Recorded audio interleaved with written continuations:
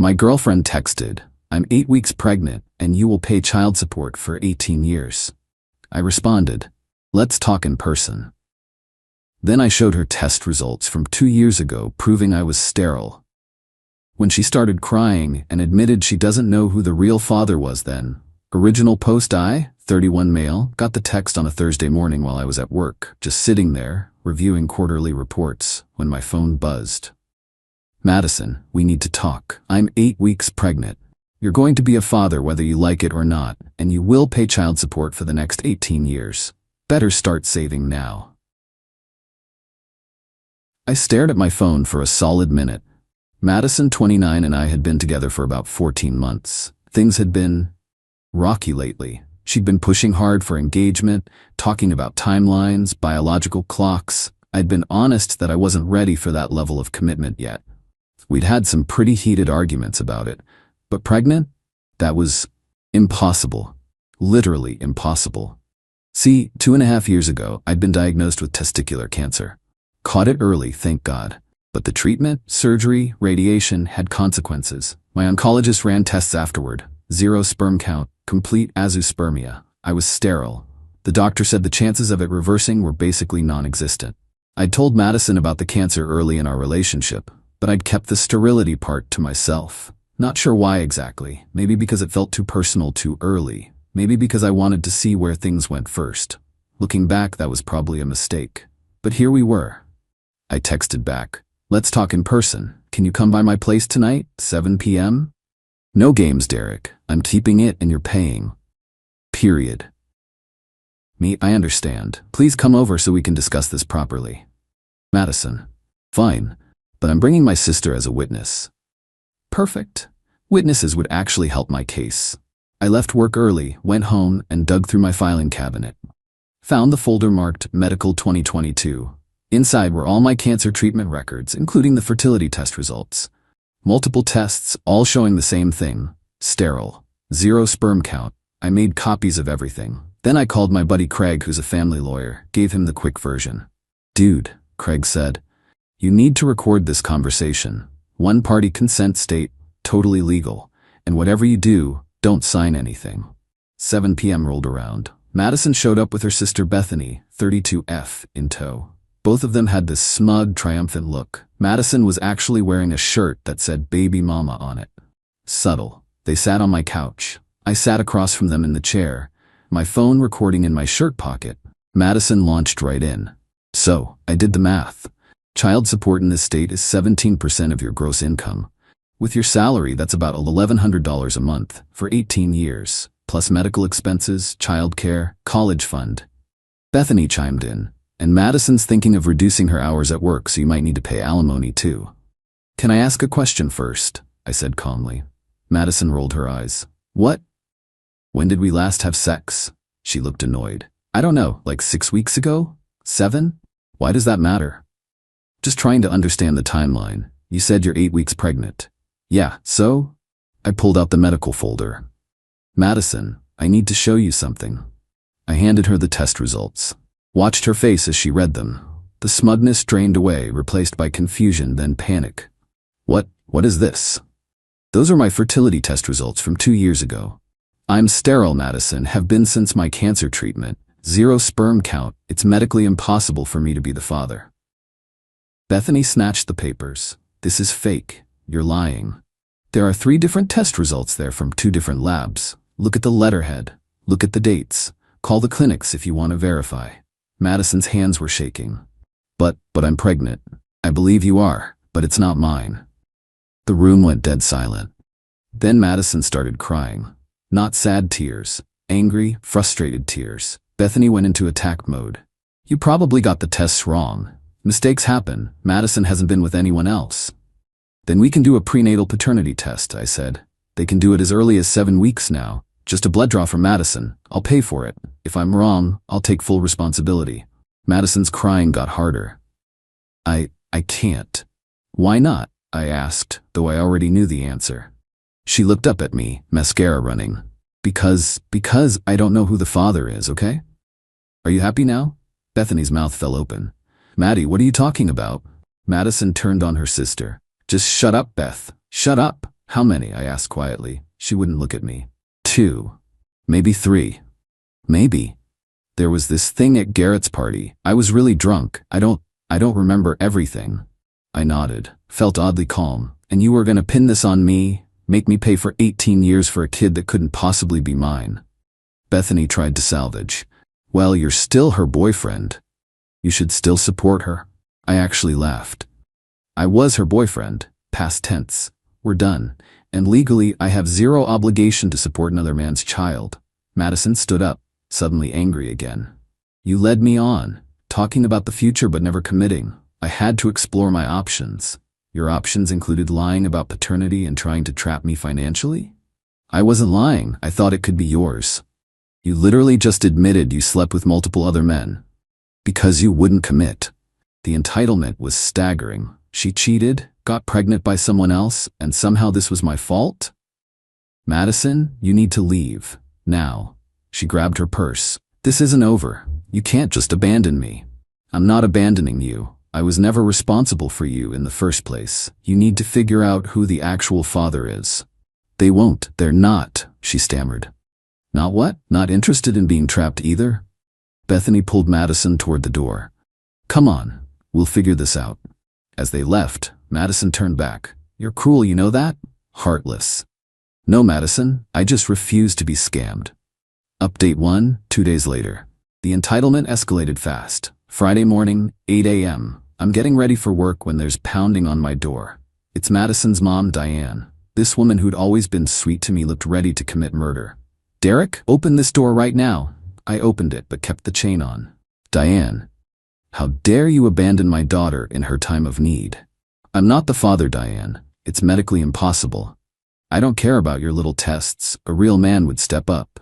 A real man doesn't pay for another man's kid after being cheated on.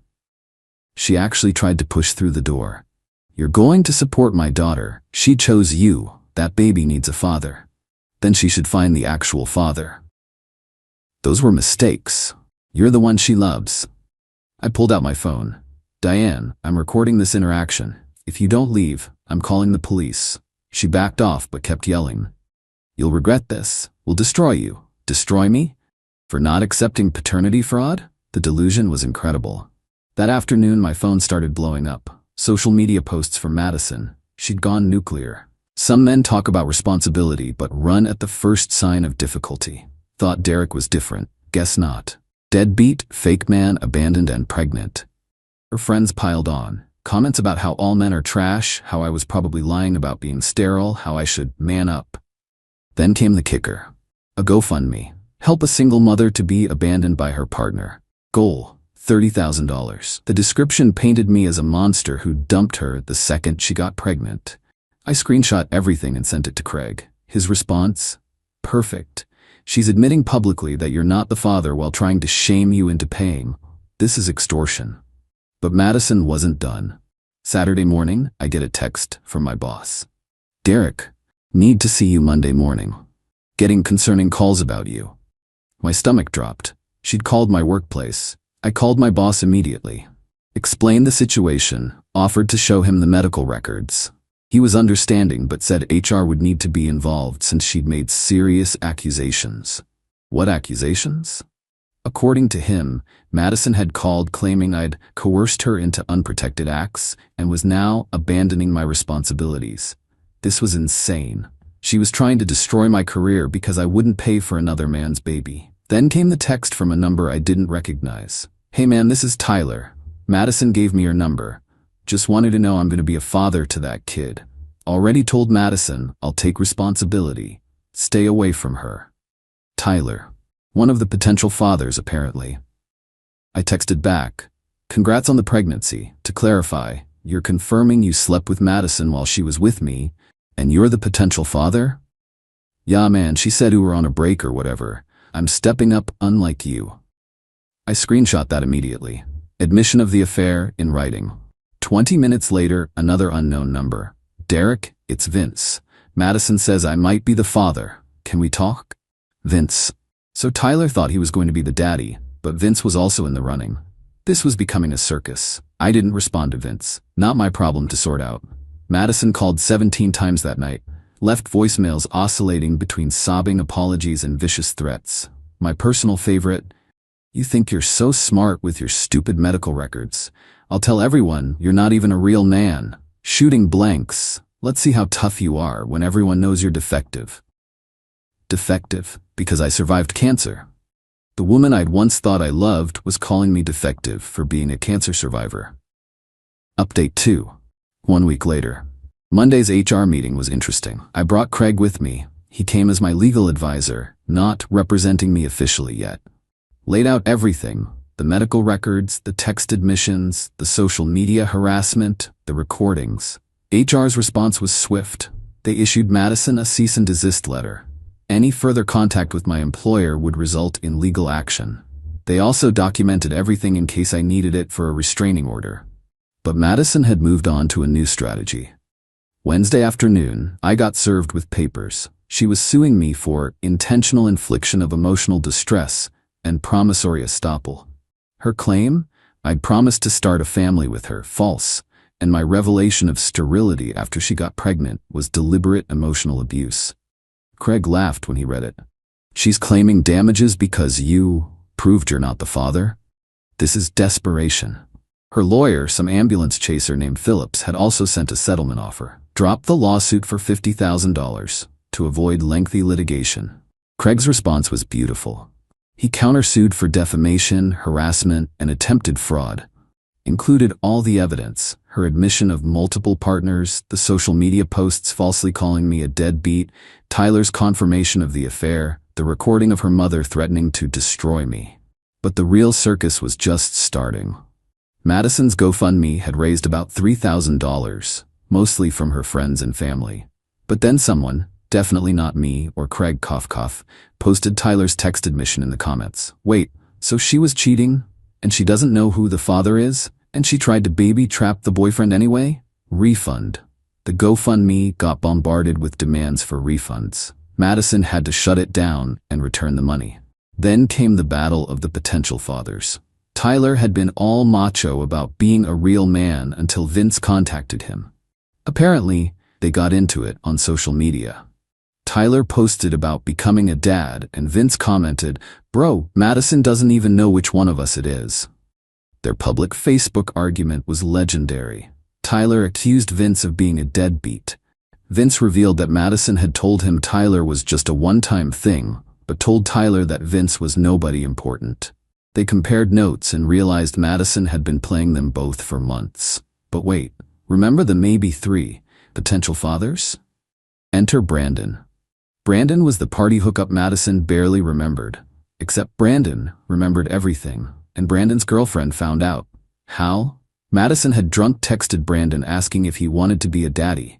Brandon's girlfriend went scorched earth, posted everything on Instagram, screenshots of Madison propositioning Brandon while dating me. Madison begging Brandon to claim the baby. Brandon refusing and blocking her. The narrative Madison had carefully constructed, abandoned pregnant woman, crumbled spectacularly. Her sister Bethany tried damage control, posted about how women should support women and how everyone was victim blaming a pregnant woman in crisis. Someone responded with, "Your sister tried to commit paternity fraud. That's not victim blaming. That's criminal blaming." Then came Friday. Madison showed up at my apartment complex at 2 a.m., drunk, with her mom. Started screaming in the parking lot. "Derek, I know you're in there. You ruined my life. You owe me. That baby needs a father. Be a man." I called 911, told them my pregnant ex-girlfriend was having a mental health crisis in the parking lot. The cops arrived, tried to calm her down. Madison took a swing at one of them. Bad move. They arrested her for public intoxication and assaulting an officer. Diane tried to interfere and got arrested too. The building security footage was perfect. Madison screaming about how I owed her for wasting her prime years. How she deserved my support regardless of paternity. How she'd make me pay one way or another. Craig added the footage to our harassment file. Update 3. 3 weeks later. The legal fallout was swift. Madison's assault charge got pled down to disorderly conduct, but she got 6 months probation and mandatory anger management classes. The arrest also tanked her bullshit lawsuit against me. Hard to claim emotional distress when you're on camera drunkenly demanding money and talking about making me pay. Phillips, her lawyer, dropped her as a client. Apparently, even ambulance chasers have standards. Our countersuit proceeded. Madison tried to claim poverty, but Craig subpoenaed her bank records. Turns out she'd been getting regular deposits from both Tyler and Vince for the past 3 months. Both thought they were helping with baby prep. She'd been playing them both for cash while trying to lock me down for long-term support. The judge was not amused. Ordered her to pay my legal fees, $8,500 and $5,000 in damages for defamation. Also granted a 2-year restraining order. But the paternity drama reached soap opera levels. Madison convinced Tyler to go to a prenatal appointment with her, posted photos on Instagram about my baby's daddy stepping up. Tyler looked proud. Vince saw the posts and lost it. Commented with screenshots of Madison texting him the night before saying Tyler meant nothing to her. Brandon's girlfriend jumped in with more screenshots. Madison had apparently tried to reconnect with Brandon, saying neither Tyler nor Vince had long-term potential and maybe they could work something out. The 3 potential fathers eventually met up.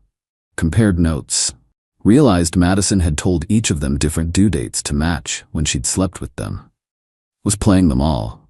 They agreed to all take paternity tests when the baby was born and let the results decide. But Tyler and Vince both stopped giving her money. Brandon had never started.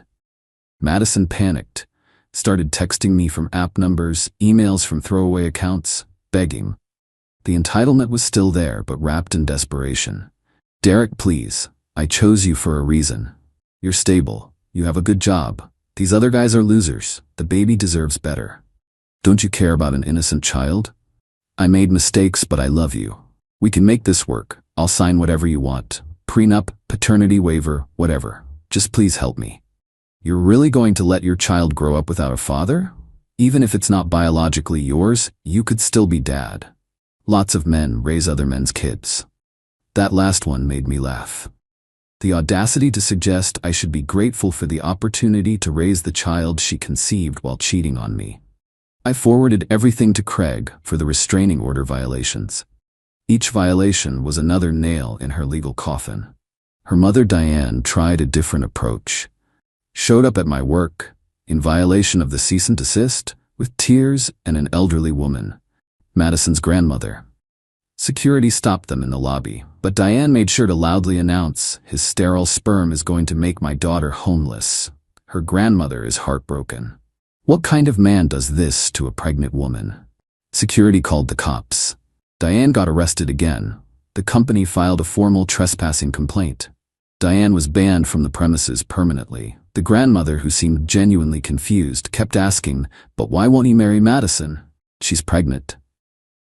Nobody had told Grandma about the multiple potential fathers, apparently. Update 4, 2 months later. Madison had the baby last week, a girl. The social media announcement was subdued compared to her usual style. No mention of a father. The paternity test results came in yesterday. Craig forwarded me the court filing because Madison had tried one last Hail Mary, petitioning to have me tested for paternity despite my medical records. The judge's response was basically legal speak for, "Are you kidding me?" But here's the twist. None of the 3 tested men were the father. Not Tyler, not Vince, not Brandon. There was a 4th guy, someone she hadn't even remembered or thought to mention. Turns out, during the time she was juggling all these men and trying to lock me down, she'd also had a one-night stand with a guy named Curtis from her gym. Only found out because Curtis's ex-girlfriend saw the baby announcement and did the math. Contacted Madison with her suspicions. Curtis is married. His wife is pregnant with their 3rd kid. The explosion from that revelation made everything else look tame. Curtis's wife went full detective mode. Found out Madison knew he was married, had specifically targeted him because he'd mentioned having money troubles and wouldn't be able to fight for custody. Tyler and Vince both blocked Madison completely. Tyler posted a long Facebook rant about dodging a bullet and never trusting women again. Vince just disappeared from social media entirely. Brandon's girlfriend reached out to me, actually. Thanked me for standing my ground and exposing Madison's scheme. Said it helped Brandon see the truth before he got trapped. Madison's sister Bethany finally saw the light, posted an apology on social media. I owe Derek an apology. I believed my sister's version of events without questioning it. I encouraged her behavior and attacked an innocent man. I've learned that family doesn't mean enabling terrible behavior. Derek, if you see this, I'm truly sorry. Madison responded by calling Bethany a traitor and cutting her off. Last I heard through the grapevine, my coworker's girlfriend knows Madison's cousin. Madison is living with her parents. Curtis's wife is divorcing him and going after Madison for alienation of affection. Curtis wants nothing to do with the baby. Madison is working part-time retail because her previous employer fired her after the arrests. She's trying to get child support from Curtis, but he's claiming financial hardship due to his impending divorce. Her parents are raising the baby while she figures things out. The last email she tried to send me, which Craig handled, was 2 days ago. Derek, I know you hate me, but I'm drowning. The baby needs formula and diapers. Curtis won't help. My parents are stretched thin. I'm not asking you to be the father. Just a loan, please. I'll pay you back. Craig's response was to file for contempt of court for violating the restraining order again. Final update 3 months later. Just a quick final update because Craig says I should document everything. Madison pled guilty to contempt of court for the repeated restraining order violations. Got 30 days in jail, suspended, and extended probation. She also now owes me an additional $3,000 in legal fees on top of the original judgment she hasn't paid. Curtis's divorce was finalized. His ex-wife successfully sued Madison for $15,000 in an alienation of affection case. Madison declared bankruptcy to avoid paying. The baby's birth certificate lists no father. Curtis signed away his parental rights in exchange for not paying child support. Madison agreed because she needed him to not contest the alienation lawsuit. Her parents are basically raising the baby full-time now. Madison apparently spends most of her time trying to become an influencer mommy on TikTok. Has about 200 followers. Her videos are about surviving narcissistic abuse and single mom life. The comments are brutal. Lots of people know her real story now. As for me, I'm doing okay. Still processing the betrayal, not gonna lie. 14 months with someone who could do all that. It messes with your head. It messes with your head. But there's a silver lining I didn't mention before. About a month ago, I decided to get my fertility retested. Just curious if anything had changed. Still sterile, but the doctor mentioned something interesting. There's a new experimental treatment that might help in cases like mine. No guarantees, expensive as hell, but possible. If I ever meet someone worth trying for, at least there's a chance. Not that I'm looking right now. Trust issues are real. But my therapist says that's normal and healing takes time. Madison still owes me $16,500 total, original judgment plus contempt fees. Will I ever see it? Probably not. But Craig says we can garnish wages once she has steady employment. The judgments don't go away, even with bankruptcy. The restraining order has another 20 months. After that, I honestly never want to hear her name again. Moral of the story? Always trust your gut. When someone shows you who they are, believe them. And never, ever ignore red flags because you think you're in love. Oh, and get everything in writing. Everything. Thanks for following this insane journey. I'm closing this chapter and moving forward. Life's too short to spend it looking backward at people who never deserved you in the first place. Peace out. Edit. Since some asked, yes, I kept all the screenshots and recordings backed up in 3 places. Cloud, external drive, and printed copies in a safety deposit box. Craig says I'm paranoid, I say I'm prepared.